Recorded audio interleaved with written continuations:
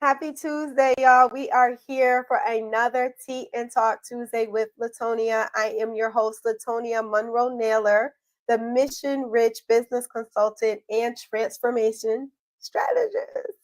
I have my tea mug, but it's not really a mug this week. It is a tumbler and it has just the letter T on it. I got it for Christmas and I will be having iced tea today instead of my regular hot tea. As y'all know, I'm not a coffee girl. I love my teas. And so I am going to jump right into the conversation.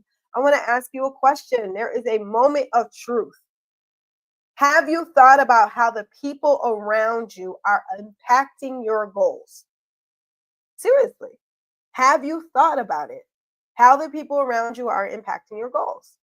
It's really important that we think about that as we talk about new year, new goals. Because, like I said last week, once you make a list and you set it, and sometimes you have the same things on your list over and over again, then you have to ask yourself, is it on your list because you have not achieved it? Is it on your list because you want to go deeper in it or grow in it? Like, why is it still on your list? And sometimes the reason why things are still on our list are because of the people that we surround ourselves with. And so I want you to think about who is on your list this year, right? You might be saying, well, why would I have a list of people? Well, the reason why you have a list of people is because just like when you have a business, especially a corporation or a nonprofit or a church, you have to have a board, right? If you're a single member LLC, you are your board. You're your treasurer, you're your treasurer, your clerk, and your executive, right? Your leader, your president. But if you have a corporation, you have to have a board. Well, the same thing should happen to you for your personal life. You should have a personal board of directors. In other words, and we talk about this in my book, Mission Rich and Profit Powered, we talk about the fact that if you don't have a strong network, then you are not going to be successful. And so if you want to purchase my book just to dig in and learn a little bit more about what a strong network or a strong circle is and why you need to have a personal board of directors, I invite you to purchase my book from missionrichandprofitpowered.com directly from me. You can get a signed copy. It is also available in other places. But if you want a signed copy, I would suggest you get it directly from my website. And so when you think about who is on your list, now that we've answered why you need to have a list of people on it, the reason is because you got to think about how are they contributing to your life. What I don't want you to think about this list as is this source of you taking or being a leech or you being the one that's getting from all these people and they're giving to you, but you're not bringing anything to the table. One of my daughters, we were recently on a podcast together, and she made a statement, and I thought it was so spectacular. She said, you know, one thing I learned from my mom is that when you come to the table, you should always bring something. In other words, you don't want to be taken from the table all the time and you're not able to bring anything to the table. But at the same time, you don't want to be the only one bringing stuff to the table and you're not getting anything in return. You understand? So it's important that you know who is on your list because you need to know, like, just like a basketball team, there's a point guard, there's a power forward, there's a small forward, there's a center, and all these other things. You want to know what position do these people play in your life when it comes to you achieving your goals. And at the same token, what position do you play in their lives? Now, you may not need to be point in somebody's life who's already very successful because they may be your mentor, but you are the person in their life that they can pour into, that they need to pour into, because sometimes when people have a lot of knowledge and they have nowhere to put it, it really is something that they're not okay with, right? So they want to give it to somebody, but then at the same time, they have their peers or they have their people that they go to. Well, the same thing happens for you. Okay, so you want to be reciprocating those relationships. You do not want to be a hoarder, information hoarder. You do not want to be a resource hoarder. You do not want to be known for being that person that comes in a room only to get, and there's nothing that you can give back or return to people, okay? Because regardless of if whether or not people tell you that, they absolutely will say it about you when you're not in the room, okay? So think about it.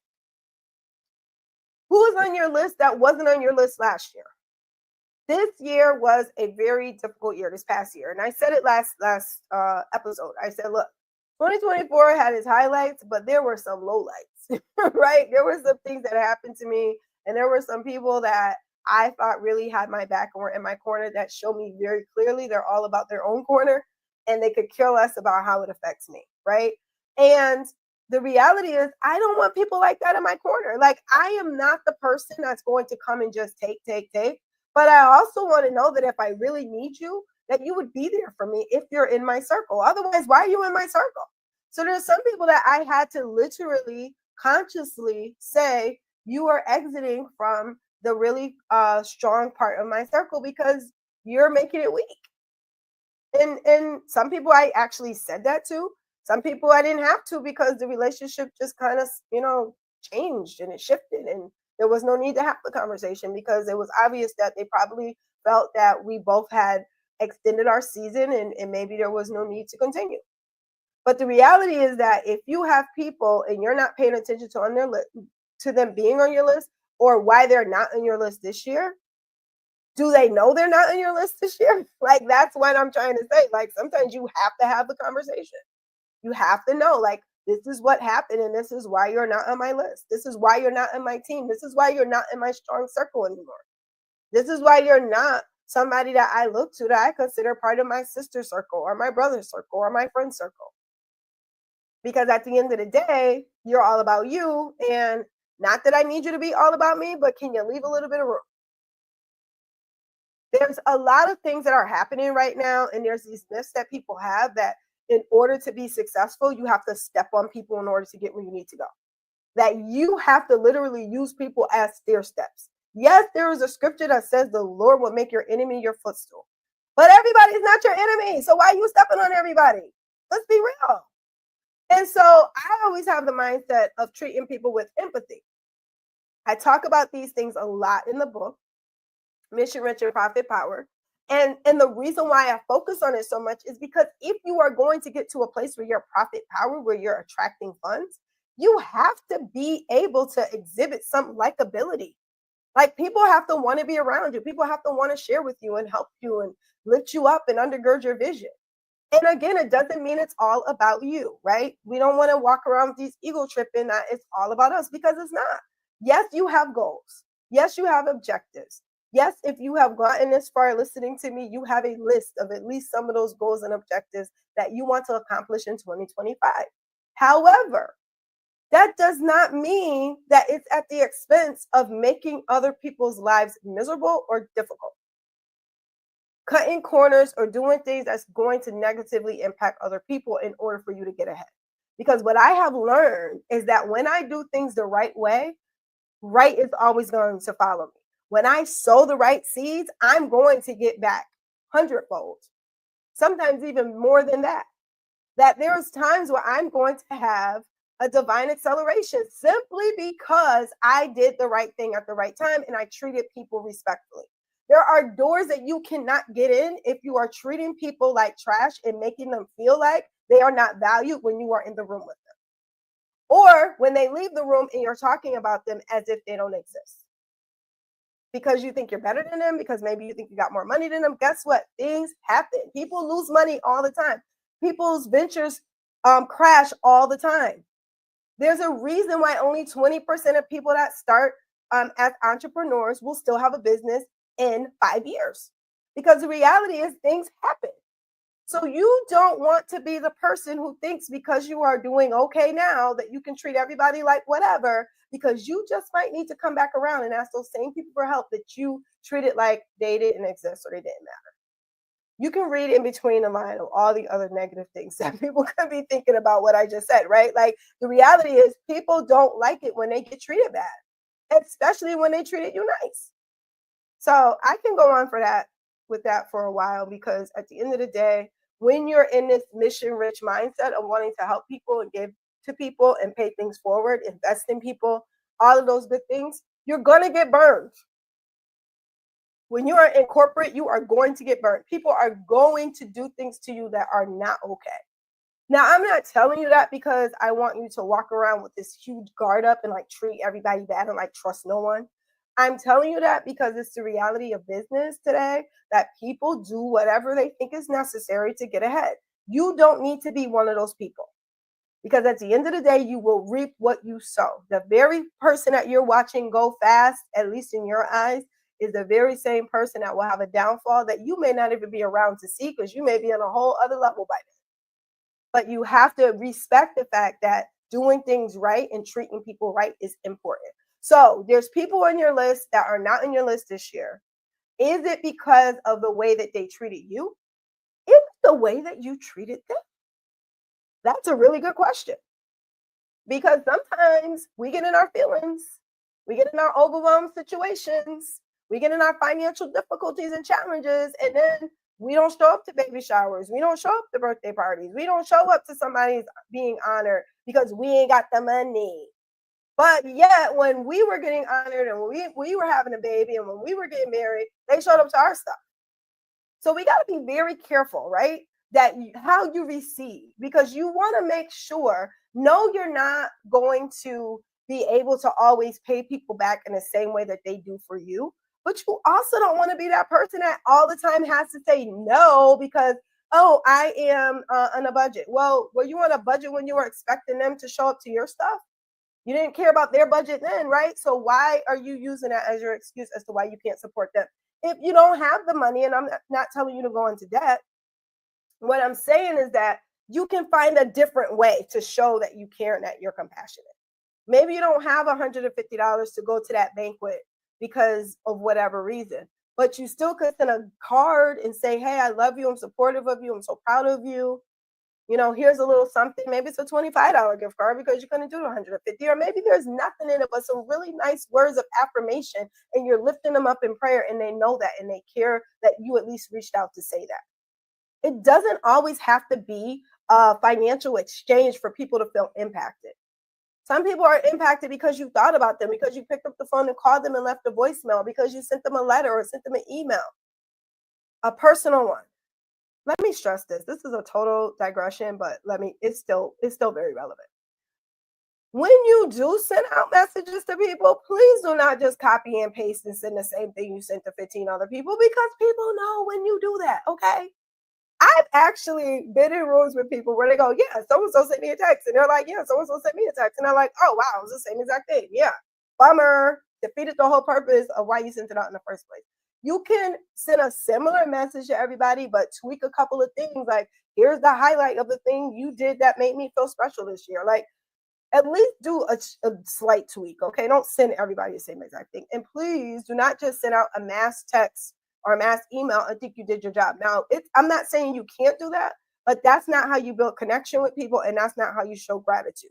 It has to be an individual one-on-one, reaching out to people and letting them know that you care and you appreciate their support, even if they're not running point in your life or center in your life anymore, but just to let them know you appreciate them being a part of your team and a part of your journey.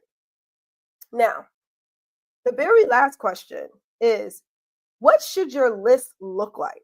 What should it really look like? Now, I told you that you need to have a list that includes like who is a part of your journey. And I also told you that you want to be very intentional about who you allow into your space, because you don't want to have toxic people in your space. You just, like, at the end of the day, we all know that toxic person that we know and love. But if we talk on the phone with them too long, it changes our whole mood, our whole week, our whole attitude. Next thing you know, you're mad at people that you shouldn't even be mad at because they said something they shouldn't have probably told you, but you let them dump on you again because that's what they do, because they're toxic. Now, you need to be very intentional that either you are going to help that very toxic, unhealthy speaking person transform the way they talk by dropping seeds of affirmation and reminding them like, hey, I'm done with this conversation if you go there, because I love to talk to you and you're my friend, but I can't listen to that. Like, you have to start setting boundaries as to what you are going to allow in your space, okay? So when you look at what should be on your list, you need to think about, like, how do people make you feel?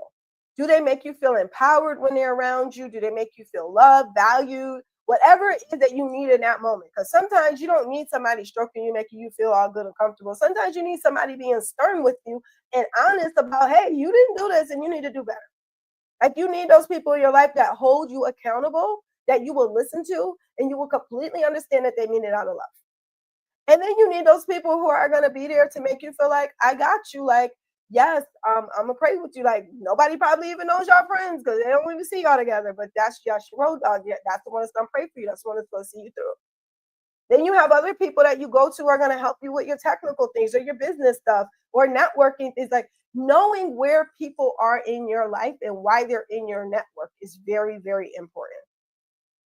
And again, I stress, do not do it for the sense of how can I be opportunistic and benefit from this only, because people will see through that.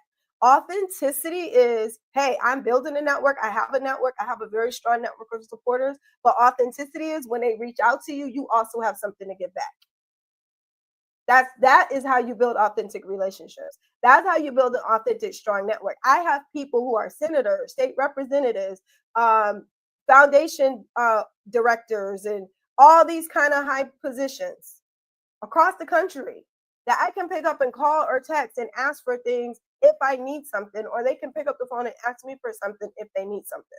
That didn't happen because I was opportunistic and just using people. That happened because if somebody needed me, I responded the best way that I had the capacity to do it at that moment. And I was always honest. If I couldn't do something at this moment, I can do it this time. And here is how I can assist. And I never judge somebody based on their position. Because guess what? A lot of those that were secretaries, executive assistants 10 years ago are now leading organizations today. They're now leading ventures and have multi-million-dollar programming happening across the country. But because when they were an assistant or an intern, I treated them with respect, they remember me and they answer the phone when I call. That is what you want when you think about building your network, right? Building your network full of people that authentically have relationship with you. And again, that doesn't mean you go to their house, spend a night, and all that stuff, and you're hanging out, having tea. But what it means is that you can pick up the phone or you can text them and they will respond. And you will do the same for them. Okay. And so that is what we're talking about today. We're wrapping up now because I am definitely about to surpass my time. I don't like to go past 20 minutes. I just want to say, be careful, be mindful, be prudent about what it is that you do and who it is that you add to your list on this year, because there are things that you are going to accomplish with a strong network. There are things that you are going to accomplish with a strong team. You cannot do it by yourself. You will need to delegate. You will need to subcontract. You will need to hire people or whatever, however it is for you, whether it's staff or there's independent contractors. There are things that you need to do. There's volunteers, interns you might need. I don't know.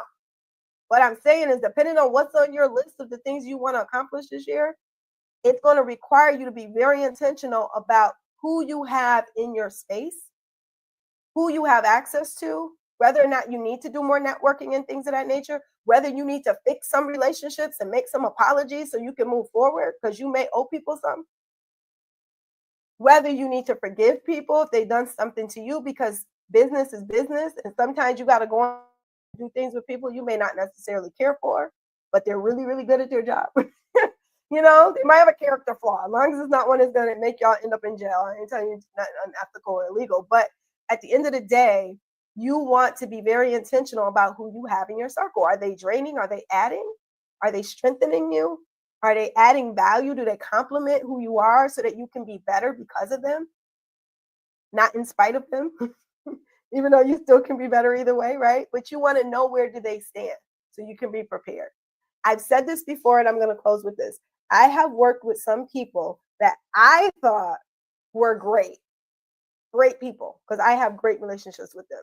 And then other people will say to me, oh, this person here is so mean, or this, or that. But with me, never had a problem. You know why? Because of how I treated them. So remember, as you are building your list, to keep yourself in a humble mindset, because humility is what gets you exalted. Not haughtiness, not walking around with all this pride and ego, but being humble is what gets you exalted. And in order for you to get to that place of profit power, of attractability, this is where it starts. Building the right frameworks, building the right networks. In the beginning of the year, being intentional. Okay? So y'all have a good rest of your day. I know that I said some things that really touched you, and if you definitely feel that you want to, move forward, you want to have a conversation with me, whatever, hit me up in a DM or you can post in the chat and we'll make sure that we connect with you. I am looking forward to this year. 2025 is it, y'all. And don't forget to purchase that book, Mission Rich and Profit Powered, because it will clarify a lot of the things that we talked about and everything like that. And of course, hit us up on social media. Follow us on Facebook, TikTok, LinkedIn, Instagram. We're on all of them. Just follow. Just go ahead and follow us on all of them. Okay, all of them. All right, y'all have a good rest of your day, and God bless.